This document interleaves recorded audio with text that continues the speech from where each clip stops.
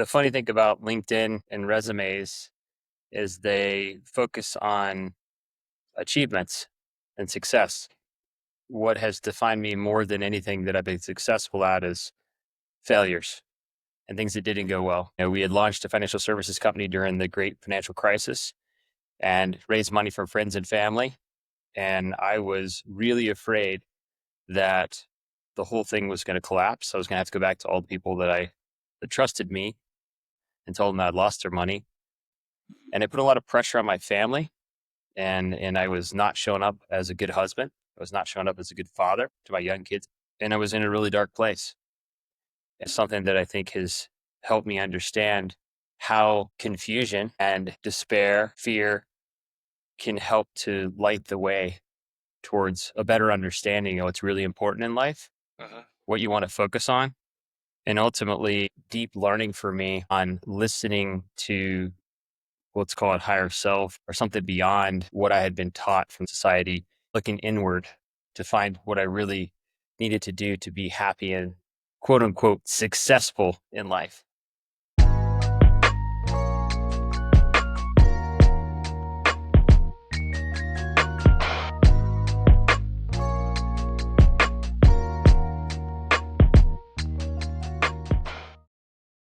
Today, I'm joined by Jack Swift, a former Army Ranger, seasoned entrepreneur, and someone who has moved from scaling billion-dollar businesses to exploring what it means to live life and lead with intention. Jack's career spans leadership roles in finance, fintech, and AI, including Janus Henderson, Pacific Current, and Tiffin. He is now focused on advising early stage ventures and co-founded Sangha, a leadership community grounded in spiritual growth. Jack, thanks for joining me today. It's good to be here, Stephen. Thanks for having me. I would like to start with you talking about something that that doesn't appear on your LinkedIn or professional bio. The funny thing about LinkedIn and resumes is they focus on achievements and success. What has defined me more than that is failures. I'd been president of my class at West Point, going on to be an Army Ranger, feeling pretty invincible in my early 20s, going on after that to lead the institutional sales division at Janus. And then I found myself in this spot where I was pretty sure I was going to fail. And so that fear of failure started as probably something pretty small as an entrepreneur. But fear is a funny thing. It only feeds on fear. The fear at that time was fear of failure. But the more I looked into the heart of failure in that moment, the worse it became. So the bigger it got. And I hadn't dealt with hadn't dealt with failure at that level at that point in my life. So that was a huge opportunity to turn and face that fear of failure and ask it what I could be learning from it. Well, how have you learned then to not do that? Because I think that that's a common thing that happens to people. I think somebody referred to as when you wake up in the middle of the night and then your head is in the washing machine, like it just goes over and over and over again and you ruminate. What are your coping mechanisms? Well, I think the first thing you highlight's a really important point, which is a lot of the fear is just in your head. And up to that point, I mean, I was an airborne ranger in the Army. It's not like I wasn't dealing with fear. A lot of it was externally oriented, jumping out of planes in the middle of the night as a job. There's lots of things to be afraid of, but learning to manage my own nervous system in those situations where there was a lot of external fear is different than when you get into those loops in your head, the washing machine in the middle of the night. That type fear is different. And I think for me, what I've learned is most of the time I can bucket fear into three different buckets. We're talking now about fear of failure, but there's fear of failure, there's fear of success, and there's fear of judgment. And the first thing I ask myself is, which one of the three buckets am I in? And once I know, let's say it's fear of judgment. What are other people going to think about you if you make this career decision? Everybody's going to say that was the dumbest thing you could ever do, Jack. Why would you do that? Then I could say, okay, I'm in fear of judgment. Others are going to judge me for this career decision. Why am I in fear of judgment? And I just continue to ask whys until I get to the heart of it. And typically, that takes maybe 2 or 3 times I ask the question, why? Why am I worried about people judging me? Why does that matter? You know, why is it something that I'm focused on in this moment? Then it sort of dissolves that fear and makes it, something that's approachable. And then I could say, okay, once it's approachable and I'm no longer caught in these emotional loops, then I could say, okay, what is the learning here? Oh, I'm doing everything for external validation. Is that how I want to live? No, I don't want to live that way. I want to be attuned with what's happening inside of me. So that's the learning. Thank you. Thank you, fear. Thank you, fear of judgment. You've helped to teach me to look inward for my satisfaction, my joy, not externally. And here's the cool thing. Once you do that, and you get practice at it, it becomes a much easier exercise. It can just show up and you can say, okay, I see this is a fear of success. Why am I fearing success right now? Why is that arising in me? And then you get the answer pretty fast. And you can just move right through. You can move through the emotion. So the whole process becomes a lot easier. It's less, there's less friction, or in the Buddhist tradition, there's less suffering. I think that practice and habit creation is very important in that regards too, right? And so you essentially are, through practice, you are rewiring your neural pathways so that when triggers happen, that you don't just go down that neural pathway highway that you're used to, which is the fear pathway, that you then go through, the steps that you've outlined automatically. But I also find that we get lazy, and so, when we're on a winning streak, we sometimes stop practicing our behaviors that we've learned when we had a tough time. We get a little cocky and we're like, oh yeah, well, I don't need to meditate every day. I can just do it, like, once in a while. I can always remember what it is like to come back to my breath. And then you get hit in the face and then you're like, oh shit, I actually do need to go back to my practices. I don't know if you've had those experiences in your life. The key for me with maintaining consistency with practice is just continuing to shorten the time frames. If I need to stay on the path on practice, and then simplifying the overall practice so I stay in practice.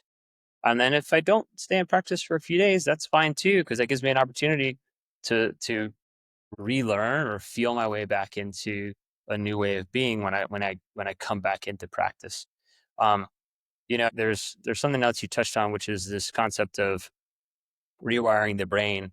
And I think, people oftentimes think of us as individuals as stable material beings, and they're kind of always the same way. And I don't think it's true. We've been changing. We change all the time. Our skin is literally 2 weeks old. You know, our bones are months old, not years old. We're different people than we were 2 weeks ago, 2 days ago, 2 months ago. And so when I can embrace that fluid nature of the human existence, and I can remember it's really simple just to make a change. I can do it in the middle of a 1 billionth of a second through my intention, through the way that I show up and my thoughts, my feelings, and I can rewire, how I being perceived in the world, and how I'm showing up and perceiving the world. Well, it's incredibly powerful, dropping things like limiting beliefs, but it doesn't need to be that complicated. In a moment, I can just say, "Oh, somebody said we can't get that project done by next Friday. Why is it that we believe that?" That's it. Maybe I need to believe that. It's really simple. So simple and short, I think, is the key for me to maintaining consistency with the practice. And then the practice, of course, to your point, is literally constantly rewiring our perception of reality and our happiness, our existence here.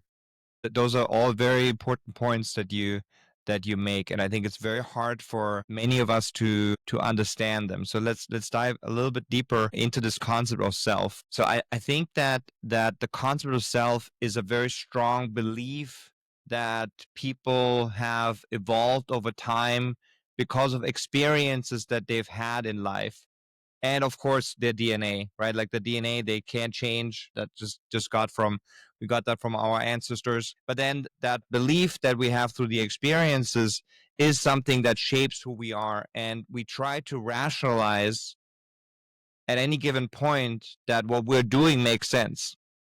So even if that behavior is not positive for us or actually in some way harmful to us, we continue to explain to ourselves, no, this is makes total sense because you're under a lot of stress right now. So eating junk food is exactly what you need to feed your soul. The beautiful thing about us is we're not our emotions. We're not our bodies. We're energetic beings. If you want to think of it from a physics perspective, if you want to think of it from a spiritual perspective, we're spiritual beings, have a material experience.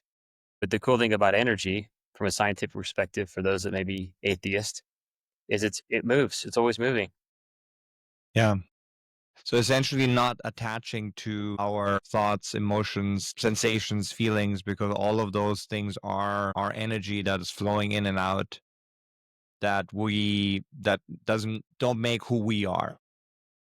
You've made some really bold moves in, leaving Janus Henderson after growing this institutional business from 20 billion to 60 billion, which is tremendous, and then walking away from Tiffin after growing it to nearly $1 billion valuation, and then exiting early from an earnout because it no longer aligned with your values. Most people would have stayed for the more safe solution and the money, the prestige, and that you could have just had by staying at Janus. What gave you the clarity or the conviction to step away from those roles? I think that it's important to recognize that there were times in my life where I was listening and to what the path wanted to offer me, what was unfolding for me. And there were times I wasn't. I think for me, when I left the corporate world of Janus Henderson, and to your point, I left my bonus behind, which I still regret. I left it behind because I got to a place where I didn't feel heart aligned with the work. And so, I think when my mind, my head, and my heart are aligned, then I feel a lot of joy and love in my heart. Like I feel good about what I'm doing. And when they're not, I don't. And then my head does a pretty good job of justifying it. Oh, but that's my ego and that's my mind. My heart was not feeling aligned anymore. And the draw for me at that time it was a pull. So I wasn't running from Janus. It was a pull towards being an entrepreneur and going and learning through that process, exploring my own personal growth edges, but just being in my heart. So that's what I did. And over time, it worked out. The company we started in 2007, we took public in 2014. So while there was a lot of fear in 2008, ultimately it worked out.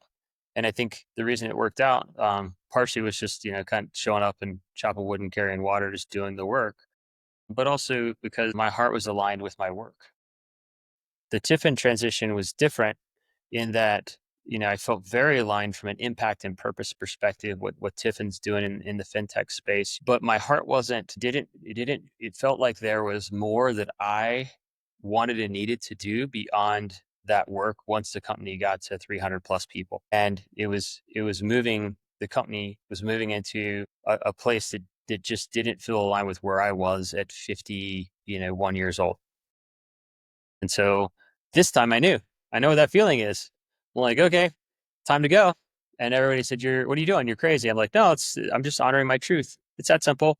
Just honoring my truth. I can feel it in my heart. Also felt a big expansion happening with me from a spiritual perspective. And so Sangha was the opportunity to co-found a new community that would honor those people that want to live as executives and also continue to expand. And some people don't like the word spirituality, so I'll call it self-awareness. Continue to expand in their self-awareness. And they may not practice something called meditation before they go into a meeting, but they may practice visualization. My opinion, same thing, different words. That's okay. And the things that have emerged for me, I would have never guessed were even possible. So I think stepping into that unknown, stepping into what could be, is it. Once I've gotten a hang for it, it's really exciting. So last year, I got an opportunity to help build a company called Vantage Discovery. At 12 months old, we sold it to Shopify. It was an amazing exit for the founders, an amazing company. Now I'm involved with building a company called Grid Aero that's rethinking global logistics and autonomous aircraft for cargo delivery. It's really, really fun. No way a guy from financial services should be doing that. right? But these are things that have emerged on my path because I was open, because I followed my heart, right? Now I'll finish with this last transition, which is when I wasn't listening. So after we took Pacific Current public in 2014, I joined a multifamily office in Boulder, and it was a place that I could invest alongside other entrepreneurs, and I learned a lot through the investing there, but it was not the right fit for me. I was not cut out for the wealth management space as a wealth management leader and working with families and um and doing the work to try to get more families to join and grow the business. Now there was success from a external perspective because we tripled revenue, tripled the value of the business in 2.5 years. But at the end of 2.5 years, I got fired. And you say, well, how does that work? You tripled the size of the business and you get fired. Well, in my opinion, looking back now, it's because it wasn't aligned with my heart. I was doing it because it made sense on paper. It got me off a plane, which was nice, with some more time with my family. And I could live in a community, where I just basically visited before because I was flying in and out. But it wasn't aligned. But I wasn't listening to my heart to go and be open to other things and explore other opportunities that I needed to just step into that space of the unknown and see what emerged. I was too scared to do that. I was holding on super tightly to this job as, a title of president, great compensation, um, you know, surrounded by all these families that were very wealthy and all the things they like to do. You can call it universe, you can call it source, you can call it God, you can call it whatever you want to. Uh, But it reached through the founder of that organization, and he said, "Hey, there's no longer a role for you here." And that was devastating and the best thing that ever happened to me. Yeah. So I think it's important to recognize that sometimes we listen, sometimes we don't, but either way, it's going to be okay. I've gotten this a number of times from people where they were saying to me, "Well, you've had success, and so that's why because you had success, now you have the privilege to be more introspective and to listen to your heart." What do you say to that when people say that to you? I'd say listening to your heart will bring you more success. I can appreciate the perspective that wealth and success, monetary success in particular, brings a certain level of safety and security that allows the ego mind to calm down because you have enough money to be able to pay the bills. And I deeply appreciate that. And I feel very fortunate to be in that position, very grateful. So if I could take my 51-year-old self and go back and coach my 25-year-old self, I would say, you're going to be fine no matter what. If you can just hear one thing, just hear that it's going to be okay. You don't need all of that money. You don't need all of that title to be safe and secure. You're safe. You're held. You're held with an infinite number of opportunities. Now listen to your heart and see where it guides you. And it's going to go against a lot of societal norms. You got to work harder. You got to be persistent to get the big job. And then once you get there, you got to work harder than everybody else. And what my 51-year-old self will be coaching my 25-year-old self or 30 or 35-year-old self to do is don't listen to that. Don't listen to it. If you operate in flow and you continually listen to what is being presented to you as an opportunity through your heart and you action it and you get really good at listening to your heart, actioning, listening, actioning, listening, actioning, listening, actioning. It's actually pretty easy and it's a lot more fun.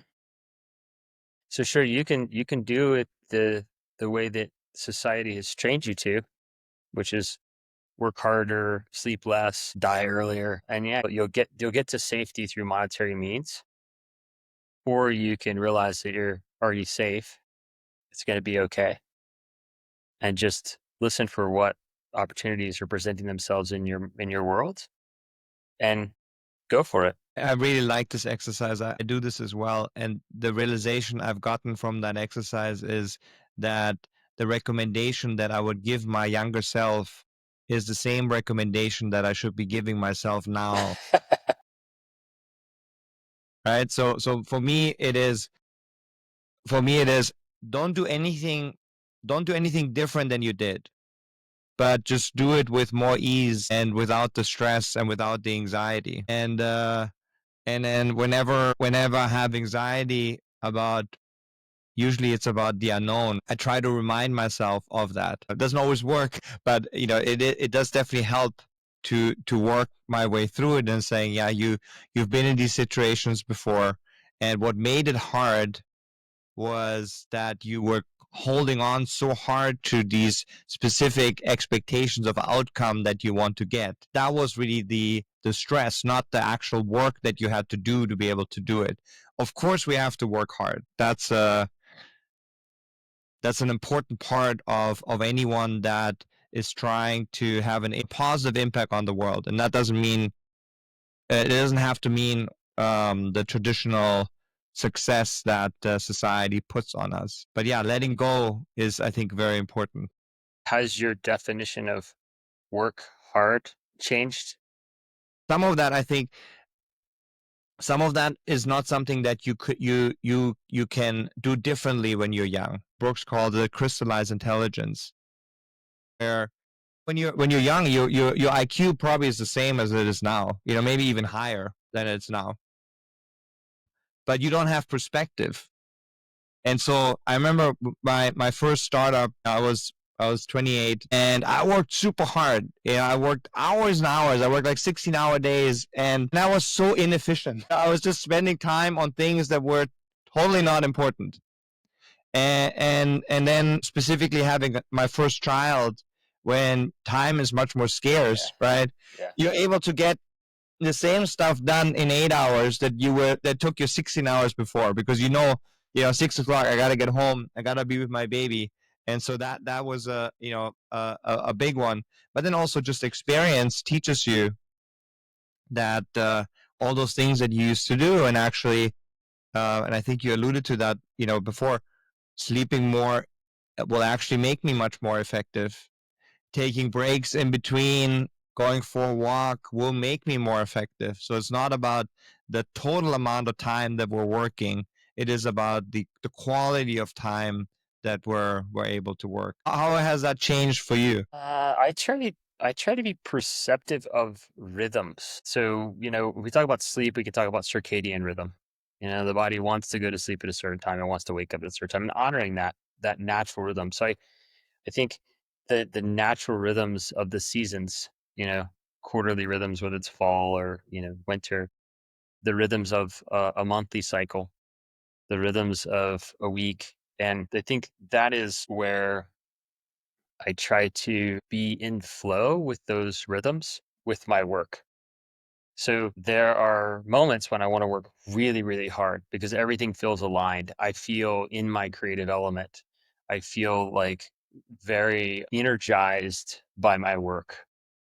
And there are times when I feel like I should be working hard, and it could be 1 o'clock on a Tuesday. It's 1 o'clock on a Tuesday. You can't go for a hike at 1 o'clock on a Tuesday. I'm gonna go for a hike at 1 o'clock on a Tuesday. That's the most productive thing I could do right now because because in the flow, in the rhythm of the day, for whatever reason, I'm not in a productive place. It's just being able to listen to the knowledge that is embedded in the body and knowing when it's time to like push and go hard with work, and other times it's just time to rest and to receive and to listen is those are the rhythms I'm talking about. And so I think that I just now try to sort of pan out and say, okay, where am I in the rhythm of the year? Then then in the rhythm of the season, the month, the week, the day, the hour, and how aligned am I with what the work I'm doing today, and where it wants to emerge or it wants to rest. I think that our culture over indexes the brain or the head or the I guess mostly the prefrontal cortex, right? And we under index our feelings and our emotions, and often our culture looks down on people that are feeling. But everything outside of our head is all information. And it like that you're very conscious about trying to find alignment between all the various parts that are happening to and see it as the information that will give you the right answer. And I think that that's something as a culture we should definitely lean into. As business leaders, I think it's important to lean into that because you'll get better outcomes. Talk about this in the age of AI, Yes, let's do that. because I don't think the old frameworks are going to work anymore. Like, in other words, just sticking to the head and saying, okay, I need to figure something out. Let's hire McKinsey. Let's hire Deloitte. Let's look at a Harvard Business Review, article from 2 years ago or 3 years ago. The rate of change is accelerating at such an amazing rate, an exponential rate that humans can't really understand as far as how we do almost anything. That it's going to be very difficult for human brains to keep up when machines are faster at just doing computational work than they are. I can also ask Gemini, I can ask GPT, I can build specific agentic models to be able to read everything that's ever been written. This is about venture studios. Everything that's ever been written about venture studios, study every single paper ever published and come back to me in, less than 2 seconds with results on what's beneficial in a venture studio model versus an incubator. And so my point is, when we look at leadership of the future, executive function of the future, and as people think about like what's the next chapter mean for me in my career, I think it's really important they think about the human characteristics of adaptability, resilience, creativity, more than anything else, imagination, but imagineering. These things are the things that are incredibly important in this accelerated space that's being powered by AI. And so what that does is it moves us into an orientation where the brain, the way we've been trained, is really not enough by itself. But the ability to intuit or to think or use instinct, intuition to sense into what's emergent as a human is a uniquely human characteristic. And as far as I know, we're the only species that's able to imagine an infinite number of future realities, future possibilities, and bring them into existence. So while machines can help support us in doing that, and AI certainly will be supportive in doing that, it's really important and incumbent upon the human to get better at creativity and sensing beyond what we've been trained, which is go read a paper, learn something, and regurgitate information. Machines do that better, no doubt, but they can't sense the way we can sense yet. And so I think that's really important. And for those people that are maybe listening to this and are like, oh my gosh, all this spiritual sensing body stuff, it's okay. This is the quantum field. This is exactly where the Nobel Prize was won in 2012 for the double slit experiment, 2022 for non-local reality.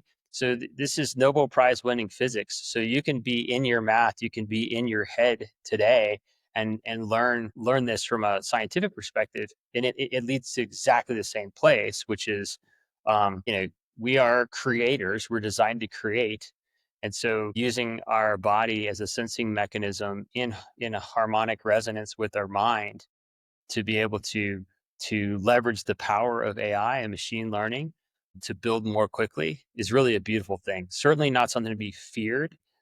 Probably the greatest liberation exercise in recorded history, that humans will now be free from mundane tasks of things like calculations. Yeah, we did. You did well, Steve, on your math test when you were in college. I did too. It's great. Whatever. We don't have to do that math test anymore. The machine can do the math piece. We are free to just imagine what is possible. And I think it's really important that humans step into that without fear, step into that position of co-creator and really create from an unencumbered place. So in essence, machines are great at logic and humans are great at not logic. Yeah. And so how do you, so it's about how do you further develop humanity and the things that innately make us human to really have a competitive advantage over the machine. And the fear that I have is not so much for myself and for people like you, because we've spent a lot of time exploring humanity and exploring how how we can create and how we can direct. Everything you talked about in your career prepared you for being great at this today. What I'm afraid of is for the masses of people that are not going to be able to get that training that we've gotten to be able to do that. And the majority of people are really good at simple logic.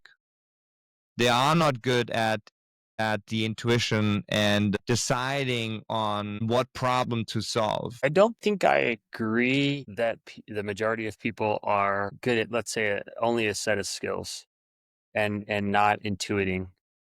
I think we haven't in society promoted the intuiting piece Yes. as being really, really important. But if we did, we would find that children are super good at intuiting what they're into. And I think the ability to lean into what you're into is really unlocking your superpower. And there's more available to any individual than ever before in being able to do that. So I'll give you an example of, I'll use my son as an example. He's 21, but when it was, when he was 13, he said, I'm interested in cars and I'd like to see like how an engine works. And I'd like to see, if I could build an engine or something. And I said, okay, well, I'm not good at mechanics at all. So with YouTube as his, I would call it intelligence partner. So it's not that we gain advantage over machines, it's human machine team. We're already in teams. You and I are in a human machine team right now with this recording and with the computers we're using to just interface. But in this case, it was, my son's idea to learn and create around automobiles, and then YouTube being the teacher, the intelligence layer of teacher, and the access he had to a full marketplace of vehicles.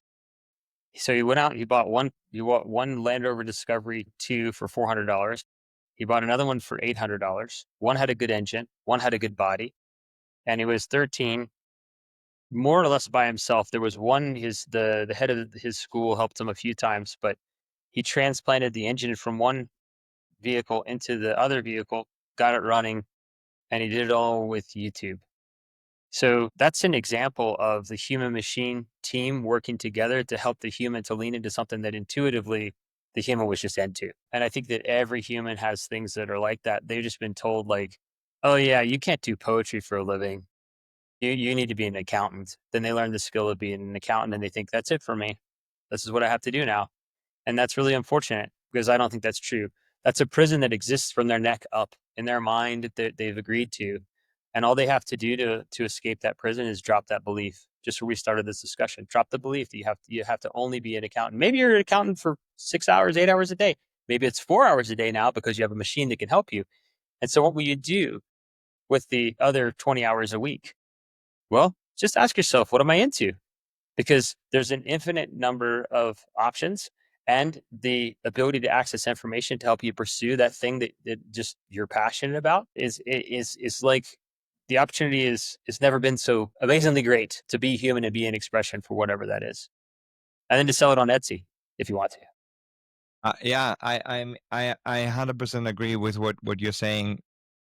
It's not that innately humans are not good at it. I think that our society is not good at it, and that we need to think about how we can enable the masses to be able to take advantage of these new technologies in a way that the technology is not controlling them, but we're controlling the technology.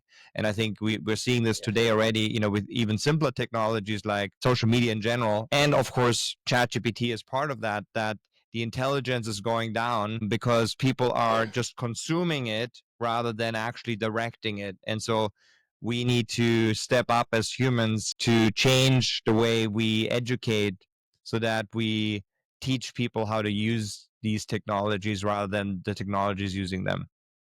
Yeah, I couldn't agree more. I mean, the concept for younger folks and older folks, but that, let's go co-create with the technology. Let's not let technology create for us and just take our energy and decide what we should be doing with our time. And that comes back to intentionality. What's your what's your intention in engaging with this technology? Is it to express something, in a way that technology amplifies the human expression, or is it to give your energy to the technology and allow it to take that energy and do what it wants to with it? This is this is not a new thing, right? So let's take we're talking about social media maybe and addiction, let's say to social media, or let's say addiction to devices as an example. Addiction to alcohol is not dissimilar. Even consumption of alcohol. If anybody here is on this call is familiar with the concept of the hangover, from my perspective, I'm sure many are, I certainly am. From my perspective, what we're doing with the hangover is we're giving energy to alcohol the night before and saying, here, have a bunch more energy. This is super fun. Just have a bunch more energy. What happens the next day? We have to pay it back. We have to pay back with interest. So we're drained of energy the next day. We feel like crap the next day because we've given our energy to something else to enjoy it, in the night before. And so I think it's anything. And so the lesson I would say that I would love to be able to communicate to a broader audience is if you're on your device looking at Instagram and you're giving your energy to Instagram, just know you're given an energy you're given a unit of energy in the present moment to something else. I used alcohol before. In this case, it's Instagram.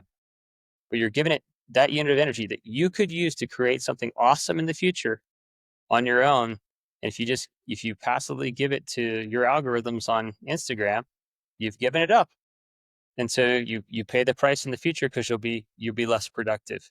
It's just being intentional about that engagement in the present moment. And maybe you intentionally do have another martini and you're going to pay it back the next day with interest. And that's your choice. It's intentional use of that energy in the present moment is the key. Thank you so much for your time, Jack. This was fantastic. I enjoyed where the conversation took us. It's all these conversations are always surprising because they end up somewhere totally different than what I had planned. But this is what it's about. So thank you so much.